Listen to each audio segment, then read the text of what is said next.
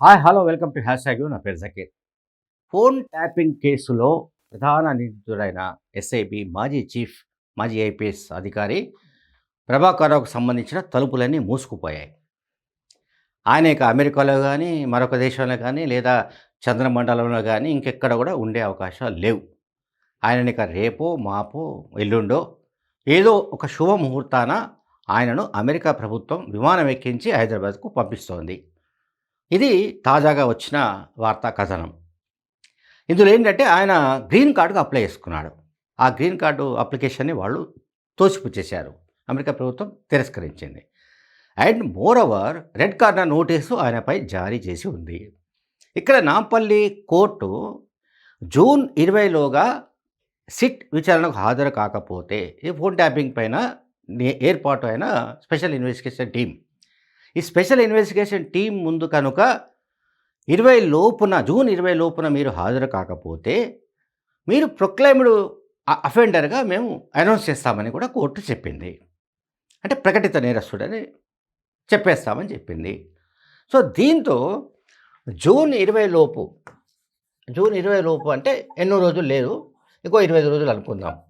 Okay, approximate June 20 లోపు ఆయన రావాల్సిందే. సో దీనికి సంబంధించి అమెరికా ప్రభుత్వం కూడా ఆయనకు పంపించే ఏర్పాటు చేస్తున్నట్టు వార్తలు వస్తున్నాయి. సో ఇప్పుడు ఆయన వస్తే ప్రభాకరరావు రావాల్సిన అనివార్య పరిస్థితులు ఏర్పడుతున్నట్టుగా మనకు తాజాగా వస్తున్న వార్తా కథనాలను బట్టి కనిపిస్తోంది. అది వాషింగ్టన్ నుంచి వచ్చినా, ఢిల్లీ నుంచి వచ్చినా అనేక రకాల వెబ్సైట్లలో కూడా ఈ వార్త కనిపిస్తోంది. ప్రముఖంగా ప్రభాకరరావుకు ఇక అమెరికాలో ఉండే అవకాశాలు లేవు. అమెరికా గవర్నమెంట్ ఆయనను బలవంతంగానైనా సరే విమానం ఎక్కించి పంపించబోతోంది. సో ప్రభాకరరావు వస్తే కానీ ఆ ఫోన్ ట్యాపింగ్ గుర్తేందో రట్టవుతుంది.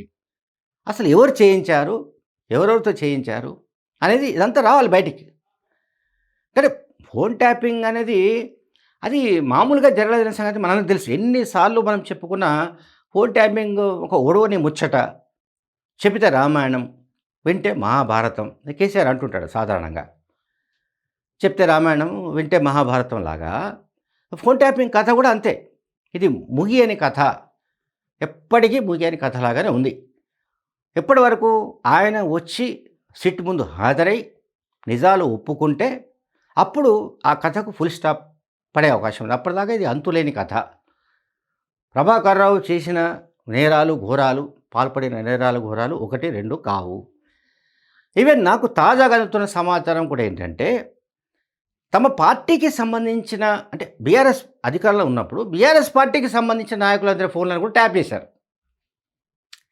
మామూలుగానే ఆ పార్టీ పట్ల వ్యతిరేకంగానో, ఆ పార్టీ పట్ల భిన్నంగా మాట్లాడే వ్యక్తులు కానీ, సంస్థలు కానీ, ప్రతిపక్షాలు కానీ, లేదా ఈవెన్ ఏ రాజకీయాలతో సంబంధం లేని హైకోర్టు జడ్జీలు కావచ్చు, అనేక మంది కొన్ని వేలాది ఫోన్లను ట్యాప్ చేసిన విషయాలన్నీ కూడా బయటకు వచ్చాయి. తాజాగా అందుతున్న సమాచారం ప్రకారం ఏంటంటే, ఈవెన్ ఎమ్మెల్సీ కవిత ఫోన్లను కూడా ట్యాప్ చేశారు.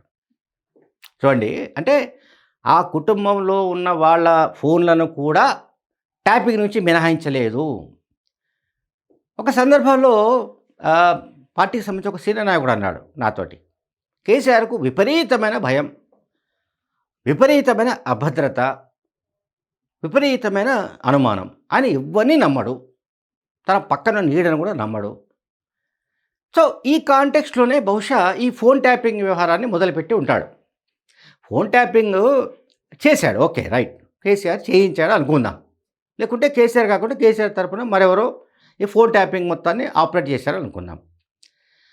చేస్తే ప్రతిపక్షాలను టార్గెట్ చేసుకుంటూ చేయడం ఒక పద్ధతి, కానీ సొంత పార్టీ వాళ్ళపైనే చేయడం అన్నది అది చాలా దిగ్భ్రాంతికరమైన వ్యవహారం.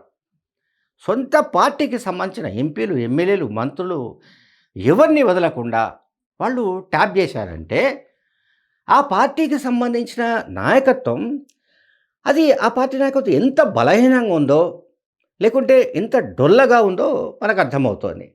సో మొత్తంగా ఏంటంటే ప్రభాకరరావు రావాల్సిందే, ఆయన వచ్చి తీరవలసిందే, సిట్ ముందు హాజరు కావాల్సిందే. మొత్తం ఫోన్ ట్యాపింగ్ సంబంధించిన ఎపిసోడ్ మొత్తాన్ని ఆయన బట్టబయలు చేయవలసిందే. ఆ తర్వాత ఎవరెవరు అరెస్ట్ అవుతారు, ఎవరు జైలుకి వెళ్తారు ఏమిటన్నది తెలుస్తుంది. Thank you very much.